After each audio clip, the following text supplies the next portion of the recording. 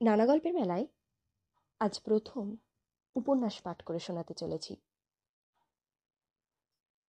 শুরু করছি আজকের উপন্যাস, শরৎচন্দ্র চট্টোপাধ্যায়ের লেখা পরিণীতা।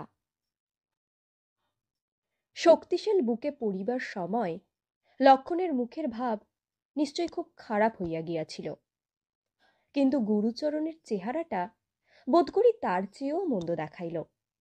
যখন প্রত্যুষেই অন্তঃপুর হইতে সংবাদ পৌঁছিল গৃহিণী এইমাত্র নির্বিঘ্নে পঞ্চম কন্যার জন্মদান করিয়াছেন। গুরুচরণ ৬০ টাকা বেতনের ব্যাংকের কেরানি, সুতরাং দেহটিও যেমন ঠিকা গাড়ির ঘোড়ার মতো শুষ্ক শীর্ণ, চোখে মুখেও তেমনি তাহাদেরই মতো একটা নিষ্কাম নির্বিকার নির্লিপ্ত ভাব।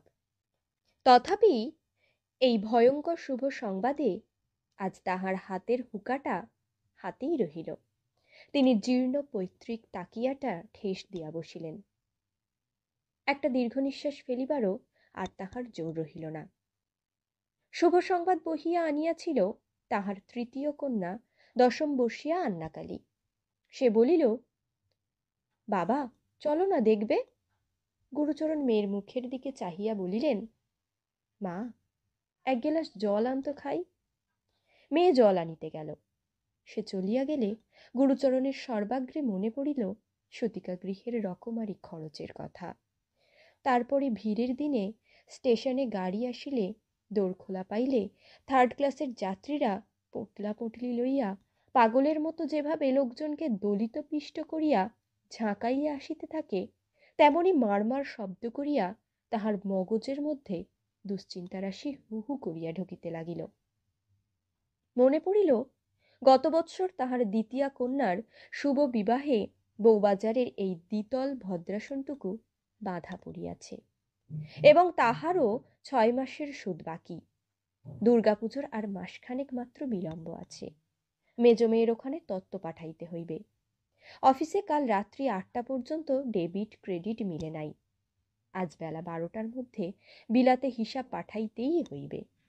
কাল বড় সাহেব হুকুম জারি করিয়াছেন, ময়লা বস্ত্র পরিয়া কেহ অফিসে ঢুকিতে পারিবে না, ফাইন হইবে। অথচ গত সপ্তাহ হইতে রজকের সন্ধান মিলিতেছে না।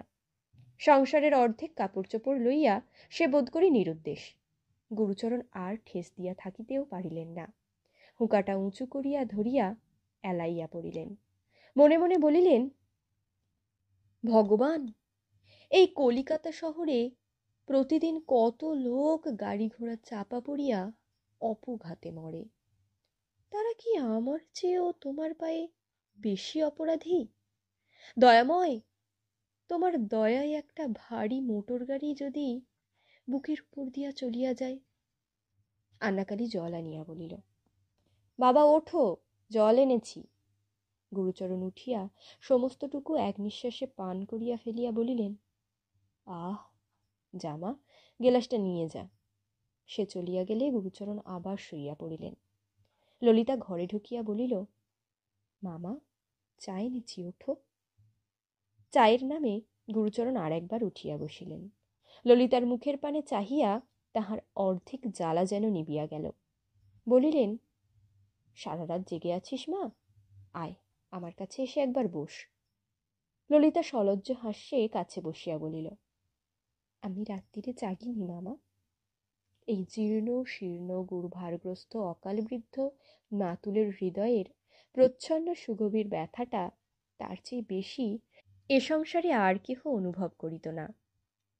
গুরুচরণ বলিলেন, তা হোক, আয় আমার কাছে আয়।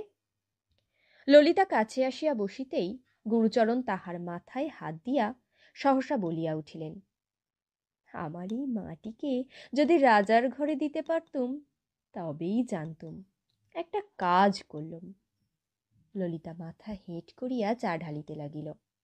তিনি বলিতে লাগিলেন, হ্যাঁ মা, তোর দুঃখী মামার ঘরে এসে দিনরাত্রি খাটতে হয় না? ললিতা মাথা নাড়িয়া বলিল, দিনরাত্রি খাটিতে হবে কেন মামা? সবাই কাজ করে, আমিও করি। এইবার গুরুচরণ হাসিলেন। চা খাইতে খাইতে বলিলেন, হ্যাঁ ললিতা, আজ তবে রান্না বান্নার কি হবে মা? ললিতা মুখ তুলিয়া বলিল, কেন মামা, আমি রাঁধবো যে? গুরুচরণ বিস্ময় প্রকাশ করিয়া জিজ্ঞাসা করিলেন, তুই রাঁধবি কি মা? রাঁধবি কি তুই জানিস? জানি মামা, আমি মামিমার কাছে সব শিখে নিয়েছি। গুরুচরণ চায়ের বাটিটা নামাইয়া ধরিয়া বলিলেন, সত্যি? সত্যি, মামিমা দেখিয়ে দেন আমি কতদিন রাঁধি যে, বলিয়াই মুখ নিচু করিল। তাহার আনত মাথার উপর হাত রাখিয়া গুরুচরণ নিঃশব্দে আশীর্বাদ করিলেন। তাহার একটা গুরুতর দুর্ভাবনা দূর হইল। এই ঘরটি গলির উপরেই। চা পান করিতে করিতে জানালার বাহিরে দৃষ্টি পড়ায় গুরুচরণ চেঁচাইয়া ডাকিয়া উঠিলেন, শেখর নাকি? শোনো শোনো। একজন দীর্ঘায়তন বলিষ্ঠ সুন্দর যুবা ঘরে প্রবেশ করিল। গুরুচরণ বলিলেন, বসো, আজ সকালে তোমার খুড়িমার কাণ্ডটা শুনেছ বোধহয়? শেখর মৃদু হাসিয়া বলিল, কাণ্ড আর কি, মেয়ে হয়েছে তাই? গুরুচরণ একটা নিঃশ্বাস ফেলিয়া বলিলেন, তুমি তো বলবেই তাই, কিন্তু তাই যে কি শুধু আমিই জানি। শেখর কহিল, ওরকম বলবেন না কাকা, খুড়িমা শুনলে বড় কষ্ট পাবেন। তাছাড়া ভগবান যাকে পাঠিয়েছেন তাকে আদর আহ্লাদ করে ডেকে নেওয়া উচিত। গুরুচরণ মুহূর্তকাল মৌন থাকিয়া বলিলেন, আদর আহ্লাদ করা উচিত সে আমিও জানি, কিন্তু বাবা ভগবানও তো সুবিচার করেন না। আমি গরিব, আমার ঘরে এত কেন, এই বাড়িটুকু পর্যন্ত তোমার বাপের কাছে বাঁধা পড়েছে, তা পড়ুক, সেজন্য দুঃখ করি নে শেখর। কিন্তু এই হাতে হাতেই দেখো না বাবা, এই যে আমার ললিতা, মা বাপ মরা সোনার পুতুল, একে শুধু রাজার ঘরেই মানায়। কি করে একে প্রাণ ধরে যার তার হাতে তুলে দিই বলতো? রাজার মুকুটে যে কোহিনূর জ্বলে, তেমনই কোহিনূর রাশিকৃত করে আমার এই মাটিকে ওজন করলেও দাম হয় না। কিন্তু কে তা বুঝবে? পয়সার অভাবে এমন রত্নেকেও আমাকে বিলিয়ে দিতে হবে। বলো দেখি বাবা, সে সময় কিরকম শেল বুকে বাজবে? 13 বছর বয়স হলো, কিন্তু হাতে আমার এমন 13টা পয়সা নেই যে একটা সম্বন্ধ পর্যন্ত স্থির করি। গুরুচরণের দুই চোখ অশ্রুপূর্ণ হইয়া উঠিল। শেখর চুপ করিয়া রহিল। গুরুচরণ পুনরায় কহিলেন, শেখরনাথ, দেখো তো বাবা, তোমার বন্ধু বান্ধবের মধ্যে যদি এই মেয়েটার কোনো গতি করে দিতে পারো। আজকাল অনেক ছেলে শুনেছি টাকা কড়ির দিকে চেয়ে দেখে না, শুধু মেয়ে দেখেই পছন্দ করে। তেমনি যদি দৈবাত একটা মিলে যায় শেখর, তাহলে বলছি আমি, আমার আশীর্বাদে তুমি রাজা হবে। আর কি বলবো বাবা, এ পাড়ায় তোমাদের আশ্রয়ে আমি আছি, তোমার বাবা আমাকে ছোট ভাইয়ের মতোই দেখেন। শেখর মাথা নাড়িয়া বলিল, আচ্ছা তা দেখব। গুরুচরণ বলিলেন, ভুলো না বাবা, দেখো, ললিতা তো 8 বছর বয়স থেকে তোমাদের কাছে লেখাপড়া শিখে মানুষ হচ্ছে। তুমি তো দেখতে পাচ্ছ ও কেমন বুদ্ধিমতী, কেমন শিষ্ট শান্ত, 1 ফোঁটা মেয়ে। আজ থেকে ওই আমাদের রাঁধাবাড়া করবে, দেবে থবে, সমস্তই এখন ওর মাথায়। এই সময়ে ললিতা একটিবার চোখ তুলিয়াই নামাইয়া লইল। তাহার ওষ্ঠাধরের উভয় প্রান্ত ঈষৎ প্রসারিত হইল মাত্র। গুরুচরণ একটা নিঃশ্বাস ফেলিয়া বলিলেন, ওর বাপ কি কিছু কম রোজগার করেছে? কিন্তু সমস্তই এমন দান করে গেল যে এই একটা মেয়ের জন্যেও কিছু রেখে গেল না। শেখর চুপ করিয়া রহিল। গুরুচরণ নিজেই আবার বলিয়া উঠিলেন, আর রেখে গেল নাই বা বলি কি করে? সে যত লোকের যত দুঃখ ঘুচিয়েছে, তার সমস্ত ফলটুকুই আমার এই মাটিকে দিয়ে গেছে। তা নইলে কি এতটুকু মেয়ে এমন অন্নপূর্ণা হতে পারে? তুমিই বলো না শেখর, সত্য কি না? শেখর হাসিতে লাগিল, জবাব দিল না। সে উঠিবার উপক্রম করিতেই গুরুচরণ জিজ্ঞাসা করিয়া উঠিলেন, এমন সকালেই কোথা যাচ্ছ? শেখর বলিল, ব্যারিস্টারের বাড়ি, একটা কেস আছে। বলিয়া উঠিয়া দাঁড়াইতেই গুরুচরণ আর একবার স্মরণ করিয়া বলিলেন, কথাটা একটু মনে রেখো বাবা, ও একটু শ্যামবর্ণ বটে, কিন্তু চোখ মুখ, এমন হাসি, এত দয়ামায়া পৃথিবীতে খুঁজে বেড়ালেও কেউ পাবে না। শেখর মাথা নাড়িয়া হাসি মুখে বাহির হইয়া গেল। এই ছেলেটির বয়স 25-26, এমএ পাশ করিয়া এতদিন শিক্ষানবিশই করিতেছিল। গত বৎসর হইতে অ্যাটর্নি হইয়াছে। তাহার পিতা নবীন রায় গুড়ের কারবারে লক্ষপতি হইয়া কয়েক বৎসর হইতে ব্যবসা ছাড়িয়া দিয়া ঘরে বসিয়া তেজারতি করিতেছিলেন। বড় ছেলে অবিনাশ উকিল, ছোট ছেলে এই শেখরনাথ। তাহার প্রকাণ্ড তেতালা বাড়ি পাড়ার মাথায় উঠিয়াছিল এবং ইহার একটা খোলা ছাদের সহিত গুরুচরণের ছাদরা মিশিয়া থাকায় উভয় পরিবারের অত্যন্ত আত্মীয়তা জন্মিয়াছিল। বাড়ির মেয়েরা এই পথেই যাতায়াত করিত। শ্যামবাজারের এক বড়লোকের ঘরে বহুদিন হইতেই শেখরের বিবাহের কথাবার্তা চলিতেছিল। সেদিন তাহারা দেখিতে আসিয়া আগামী মাঘের কোনো একটা শুভদিন স্থির করিয়া যাইতে চাহিলেন, কিন্তু শেখরের জননী স্বীকার করিলেন না। ঝিকে দিয়া বলিয়া পাঠাইলেন, ছেলে নিজে দেখিয়া পছন্দ করিলে তবে বিবাহ দিব। নবীন রায়ের চোখ ছিল শুধু টাকার দিকে। তিনি গৃহিণীর এই গোলমেলে কথায় অপ্রসন্ন হইয়া বলিলেন, ই আবার কি কথা? মেয়ে তো দেখাই আছে, কথাবার্তা পাকা হয়ে যাক, তারপরে আশীর্বাদ করার দিন ভালো করে দেখলেই হবে। তথাপি গৃহিণী সম্মত হইলেন না, পাকা কথা কহিতে দিলেন না। নবীন রায় সেদিন রাগ করিয়া অনেক বেলায় আহার করিলেন এবং দিবানিদ্রাটা বাহিরের ঘরেই দিলেন। শেখরনাথ লোকটা কিছু শৌখিন। সে তেতালায় যে ঘরটিতে থাকে সেটি অতিশয় সুসজ্জিত। দিন ৫-৬ পরে একদিন অপরাহ্ন বেলায় সে সেই ঘরের বড় আয়নার সম্মুখে দাঁড়াইয়া মেয়ে দেখিতে যাইবার জন্য প্রস্তুত হইতেছিল। ললিতা ঘরে ঢুকিল। ক্ষণকাল নিঃশব্দে চাহিয়া থাকিয়া জিজ্ঞাসা করিল, বউ দেখতে যাবে না? শেখর ফিরিয়া চাহিয়া বলিল, এই যে, কই বেশ করে সাজিয়ে দাও দেখি, বউ যাতে পছন্দ করে।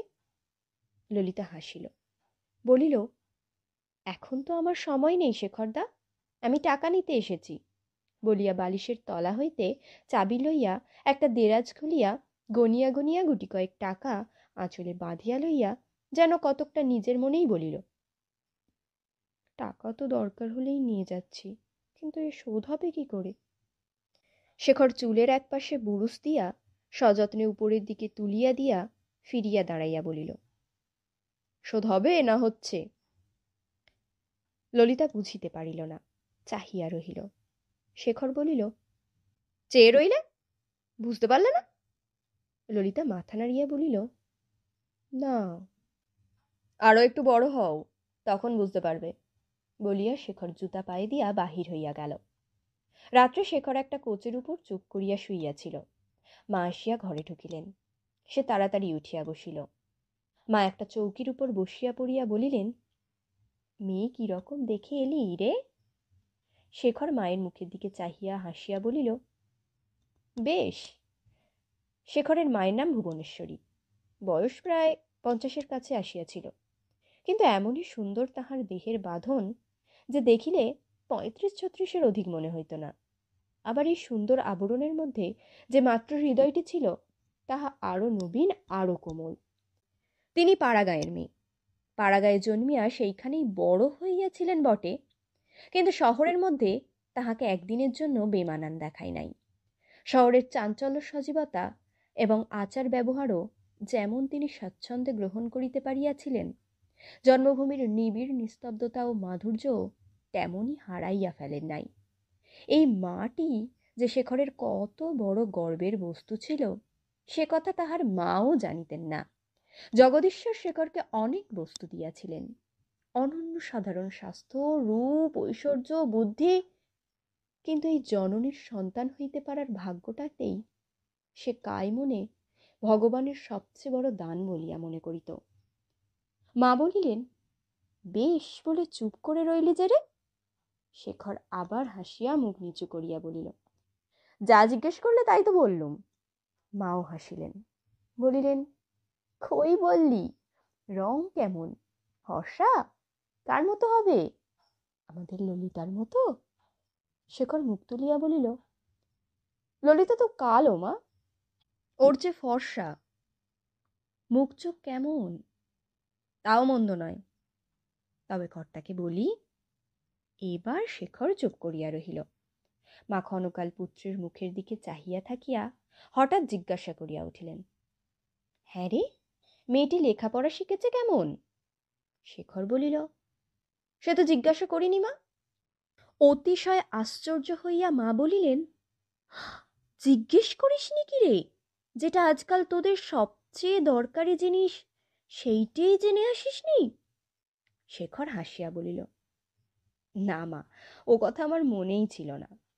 ছেলের কথা শুনিয়া এবার তিনি অতিশয় বিস্মিত হইয়া ক্ষণকাল তাহার মুখপানে চাহিয়া থাকিয়া হাসিয়া উঠিয়া বলিলেন, তবে তুই ওখানে বিয়ে করবি না দেখছি। শেখর কি একটা বলিতে যাইতেছিল, কিন্তু এই সময় ললিতাকে ঘরে ঢুকিতে দেখিয়া চুপ করিয়া গেল। ললিতা ধীরে ধীরে ভুবনেশ্বরীর পিছনে আসিয়া দাঁড়াইল।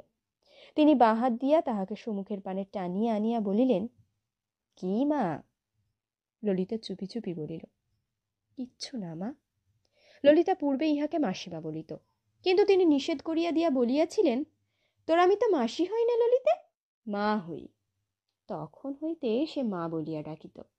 ভুবনেশ্বরী তাহাকে বুকের আরো কাছে টানিয়া লইয়া আদর করিয়া বলিলেন, কিচ্ছু না? তবে বুঝি আমাকে শুধু একবার দেখতে এসেছিস? ললিতা চুপ করিয়া রহিল। শেখর কহিল, দেখতে এসেছে? রাঁধবে কখন? মা বলিলেন, রাঁধবে কেন? শেখর আশ্চর্য হইয়া জিজ্ঞাসা করিল, কে তবে ওদের রাঁধবে মা? ওর মামাও তো সেদিন বললেন ললিতাই রাঁধা বাড়া সব কাজ করবে। মা হাসিয়া উঠিলেন, বলিলেন, ওর মামার কি, যা হোক একটা বললেই হলো। ওর বিয়ে হয়নি, ওর হাতে খাবে কি? আমাদের বামুন ঠাকুরনকে পাঠিয়ে দিয়েছি, তিনি রাঁধবেন। বড় বৌমা আমাদের রান্না বান্না করছেন, আমি দুপুরবেলা ওদের বাড়িতেই আজকাল খাই। শেখর বুঝিল মা এই দুঃখী পরিবারের গুরুভার হাতে তুলিয়া লইয়াছেন। সে একটা তৃপ্তির নিঃশ্বাস ফেলিয়া চুপ করিল। মাসখানেক পরে একদিন সন্ধ্যার পর শেখর নিজের ঘরে কোচের উপর কাত হইয়া একখানি ইংরেজি নোভেল পড়িতেছিল। বেশ মন লাগিয়া গিয়াছিল। এমন সময় ললিতা ঘরে ঢুকিয়া বালিশের তলা হইতে চাবি লইয়া শব্দসারা করিয়া দেরাজ খুলিতে লাগিল। শেখর বই হইতে মুখ না তুলিয়াই বলিল, কে? ললিতা বলিল, টাকা নিচ্ছি। বলিয়া শেখর পড়িতে লাগিল। ললিতা আঁচলে টাকা বাঁধিয়া উঠিয়া দাঁড়াইল। আজ সে সাজিয়া গুজিয়া আসিয়াছিল। তার ইচ্ছা শেখর চাহিয়া দেখে। কহিল, 10 টাকা নিলুম শেখরদা। শেখর আচ্ছা বলিল, কিন্তু চাহিয়া দেখিল না। অগত্যা সে ওটা নাড়াতে লাগিল, মিছামিছি দেরি করিতে লাগিল, কিন্তু কিছুতেই কোনো ফল হইল না। তখন ধীরে ধীরে বাহির হইয়া গেল। কিন্তু গেলেই তো চলে না, আবার তাহাকে ফিরিয়া দোরগড়ায় দাঁড়াইতে হইল। আজ তাহারা থিয়েটার দেখিতে যাইবে। শেখরের বিনা হুকুমে সে যে কোথাও যেতে পারে না, ইহা সে জানিত। কেহই তাহাকে ইহা বলিয়া দেয় নাই। কিংবা কেন, কি জন্য, এইসব তর্কও কোনোদিন মনে উঠে নাই। কিন্তু জীবমাত্রেরই যে একটা স্বাভাবিক সহজ বুদ্ধি আছে, সেই বুদ্ধি তাহাকে শিখাইয়া দিয়াছিল। অপরে যাহা ইচ্ছা করিতে পারে, যেখানে খুশি যাইতে পারে, কিন্তু সে পারে না। সে স্বাধীনও নয়, এবং মামা মামির অনুমতি তাহার পক্ষে যথেষ্ট নয়। সে দ্বারের অন্তরালে দাঁড়াইয়া আস্তে আস্তে বলিল, আমরা যে থিয়েটার দেখতে যাচ্ছি। তাহার মৃদুকণ্ঠ শেখরের কানে গেল না। সে জবাব দিল না। ললিতা তখন আরো একটু গলা চড়াইয়া বলিল, সবাই আমার জন্য দাঁড়িয়ে রয়েছে যে। এবার শেখর শুনিতে পাইল। বইখানা একপাশে নামাইয়া রাখিয়া জিজ্ঞাসা করিল, কি হয়েছে? ললিতা একটুখানি রুষ্টভাবে বলিল, এতক্ষণে বুঝি কানে গেল? আমরা থিয়েটারে যাচ্ছি যে। শেখর বলিল, আমরা কারা? আমি আন্নাকালী চারুবালা, তার মামা। মামাটিকে? ললিতা বলিল, তার নাম গিরিন বাবু। 5-6 দিন হলো মুঙ্গেরের বাড়ি থেকে এসেছেন, এখানে বিয়ে পড়বেন। বেশ লোক সে। বাহ, নাম ধাম পেশা এ যে দিব্যি আলাপ হয়ে গেছে দেখছি। তাতেই 4-5 দিন মাথার টিকিটি পর্যন্ত দেখতে পাইনি। তাস খেলা হচ্ছিল বোধ করি। হঠাৎ শেখরের কথা বলার ধরন দেখিয়া ললিতা ভয় পাইয়া গেল। সে মনেও করে নাই এরূপ একটা প্রশ্ন উঠিতে পারে। সে চুপ করিয়া রহিল। শেখর বলিল, একদিন খুব তাস চলছিল না? ললিতা ঢোক গিলিয়া মৃদুস্বরে কহিল, চারু বললে যে। চারু বললে? কি বললে? বলিয়া শেখর মাথা তুলিয়া একবার চাহিয়া দেখিয়া কহিল, একেবারে কাপড় পরে তৈরি হয়ে আসা হয়েছে। আচ্ছা যাও। ললিতা গেল না, সেইখানেই চুপ করিয়া দাঁড়াইয়া রহিল। পাশের বাড়ির চারুবালা তাহার সমবয়সী এবং সই। তাহারা ব্রাহ্ম। শেখর ওই গিরিনকে ছাড়া তাহাদের সকলকেই চিনিত। গিরিন ৫-৭ বৎসর পূর্বে কিছুদিনের জন্য একবার এদিকে আসিয়াছিল। এতদিন বাঁকিপুরে পড়িত, কলিকাতায় আসিবার প্রয়োজনও হয় নাই, আসেও নাই, তাই শেখর তাহাকে চিনিত না। ললিতা তথাপি দাঁড়াইয়া আছে দেখিয়া বলিল, মিছে দাঁড়িয়ে রইলে কেন, যাও, বলিয়া মুখের সম্মুখেই বই তুলিয়া লইল। মিনিট ৫ চুপ করিয়া থাকার পরে ললিতা আবার আস্তে আস্তে জিজ্ঞাসা করিল, যাব? যেতেই তো বললুম ললিতা। শেখরের ভাব দেখিয়া ললিতার থিয়েটার দেখিবার স্বাদ লোপ পাইল, কিন্তু তাহার না গেলেও যে নয়। কথা হইয়াছিল সে অর্ধেক খরচ দিবে এবং চারুর মামা অর্ধেক দিবে। চারুদের ওখানে সকলেই তাহার জন্য অধীর হইয়া অপেক্ষা করিতেছে, এবং যত বিলম্ব হইতেছে তাহাদের অধৈর্যও তত বাড়িতেছে। ইহা সে চোখের উপর দেখিতে লাগিল, কিন্তু উপায়ও খুঁজিয়া পাইল না। অনুমতি না পাইয়া যাইবে এত সাহস তাহার ছিল না। আবার মিনিট ২-৩ নিঃশব্দে থাকিয়া বলিল, শুধু আজকের দিনটি যাব? শেখর বইটা একপাশে ফেলিয়া দিয়া ধমকাইয়া উঠিল, বিরক্ত করো না ললিতা, যেতে ইচ্ছে হয় যাও, ভালো মন্দ বোঝবার তোমার যথেষ্ট বয়স হয়েছে। ললিতা চমকিয়া উঠিল। শেখরের কাছে বকুনি খাওয়া তাহার নূতন নহে, অভ্যাস ছিল বটে, কিন্তু ২-৩ বৎসরের মধ্যে এরকম শুনে নাই। ওদিকে বন্ধুরা অপেক্ষা করিয়া আছে, সেও কাপড় পরিয়া প্রস্তুত হইয়াছে। ইতিমধ্যে টাকা আনিতে আসিয়া এই বিপত্তি ঘটিয়াছে। এখন তাহাদের কাছেই বা সে কি বলিবে? কোথাও যাওয়া আসা সম্বন্ধে আজ পর্যন্ত তাহার শেখরের তরফ হইতে অবাধ স্বাধীনতা ছিল। সেই জোরেই সে একেবারে কাপড় পরিয়া সাজিয়া আসিয়াছিল। এখন শুধু সেই যে স্বাধীনতাই এমন রূঢ়ভাবে খর্ব হইয়া গেল তাহা নহে। যে জন্য হইল সে কারণটা যে কত বড় লজ্জার, তাহাই আজ তাহার ১৩ বৎসর বয়সে প্রথম উপলব্ধি করিয়া সে মরমে মরিয়া যাইতে লাগিল। অভিমানে চোখ অশ্রুপূর্ণ করিয়া সে আরও মিনিট ৫ নিঃশব্দে দাঁড়াইয়া থাকিয়া চোখ মুছিতে মুছিতে চলিয়া গেল।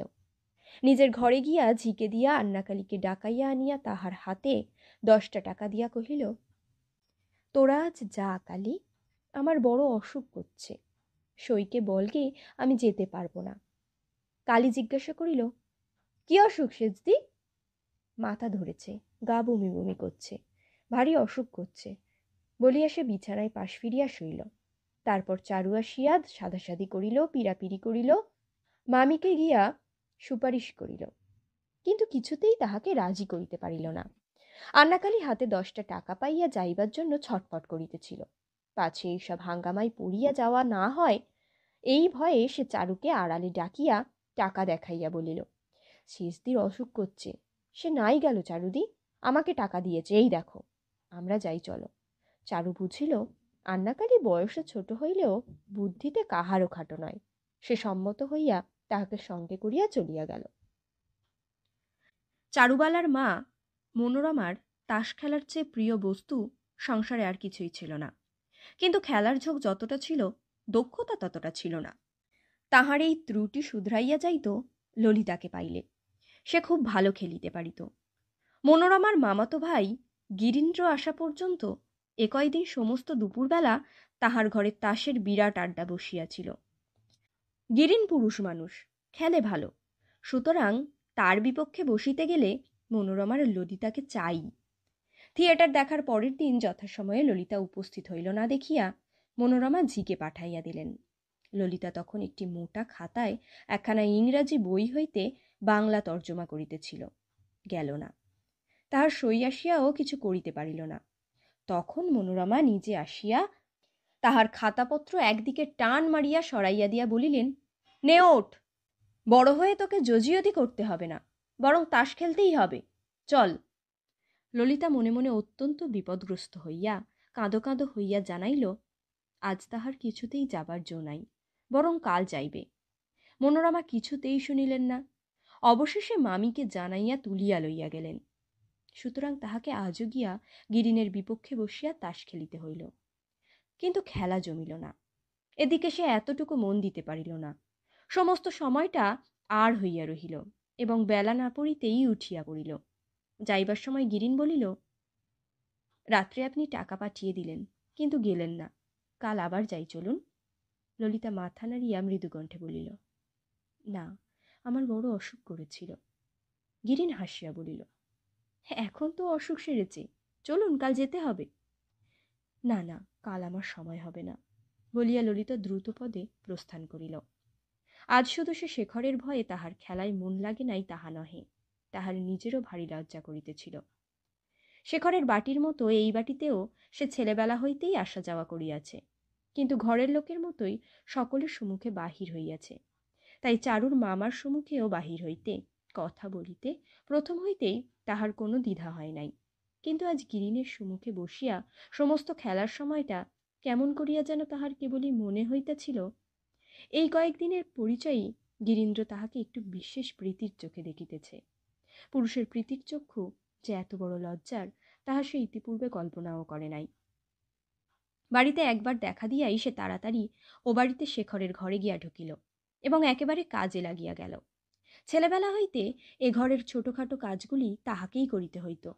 বই প্রভৃতি গুছাইয়া তুলিয়ে রাখা, টেবিল সাজাইয়া দেওয়া, দোয়াত কলম ঝাড়িয়া মুছিয়া ঠিক করিয়া রাখা, এ সমস্ত সেনা করিলে আর কেহ করিত না।